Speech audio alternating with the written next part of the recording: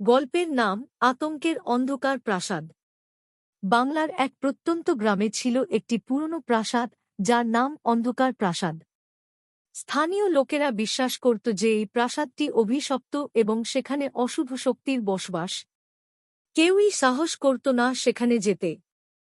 অর্ণব, সুমন, তৃণা এবং রাজু, এই চার বন্ধু রহস্যের প্রতি খুবই আগ্রহী ছিল। তারা সিদ্ধান্ত নিল যে তারা অন্ধকার প্রাসাদের রহস্য উদ্ঘাটন করবে।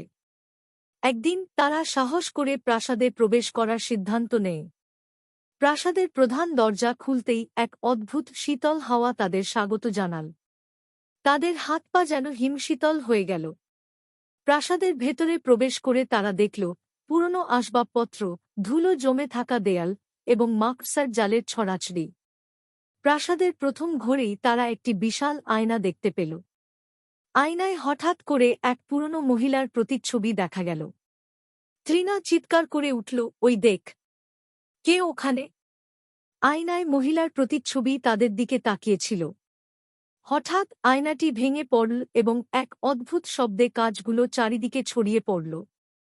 তারা দৌড়ে অন্য একটি ঘরে ঢুকে পড়ল, কিন্তু আতঙ্ক তাদের পিছু ছাড়ল না। ঘরের মধ্যে ঢুকতেই তারা অদ্ভুত কান্নার আওয়াজ শুনতে পেল। সুমন বলল, আমাদের এখান থেকে বেরিয়ে যাওয়া উচিত, কিন্তু অর্ণব বলল, আমরা সত্যের কাছে পৌঁছানোর আগে এখানে থেকে যাব। একটি পুরনো ডায়েরি তাদের নজরে পড়ল।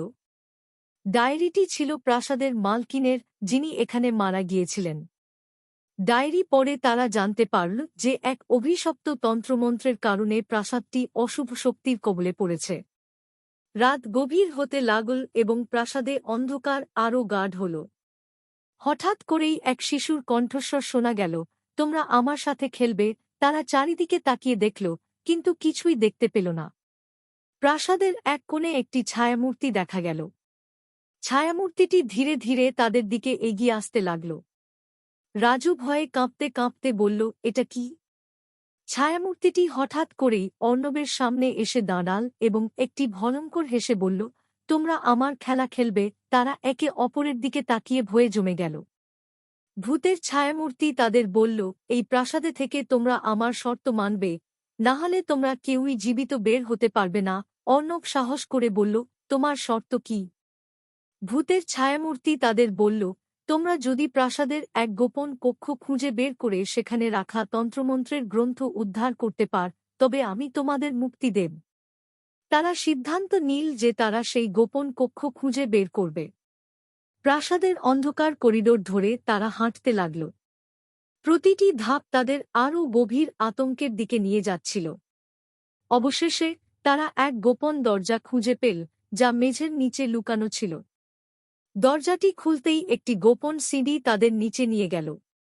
সেখানে ছিল একটি প্রাচীন কক্ষ, যেখানে তন্ত্রমন্ত্রের গ্রন্থ রাখা ছিল। গ্রন্থটি হাতে নিতেই এক ভয়ঙ্কর ছায়ামূর্তি তাদের চারপাশে ঘিরে ধরল। মূর্তিটি বলল, তোমরা গ্রন্থটি নিয়ে যেতে পারবে না। এটাই আমার ক্ষমতার উৎস। অর্ণব বলল, আমরা তোমার অভিশাপ মুক্ত করব। তারা গ্রন্থটি নিয়ে প্রাসাদের বাইরে আসতে চাইল, কিন্তু ছায়ামূর্তি তাদের পথ রোধ করল। অর্ণব সাহস করে তন্ত্রমন্ত্রের গ্রন্থটি পড়তে লাগল। গ্রন্থের মন্ত্র উচ্চারণ করতে করতে ছায়ামূর্তির শক্তি কমতে শুরু করল। ছায়ামূর্তি ক্রমশ দুর্বল হয়ে পড়ল এবং একসময় অদৃশ্য হয়ে গেল।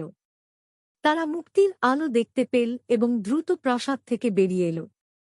তাদের মন থেকে আতঙ্ক দূর হয়ে গেল এবং তারা জানল যে তারা জীবনের এক বড় পরীক্ষা পেরিয়ে এসেছে। এই অভিজ্ঞতা তাদের জীবনে এক নতুন অধ্যায়ের সূচনা করল। তারা বুঝল যে সাহস, মনের শক্তি এবং বন্ধুত্বের মাধ্যমে যে কোনো ভয়কে পরাজিত করা যায়।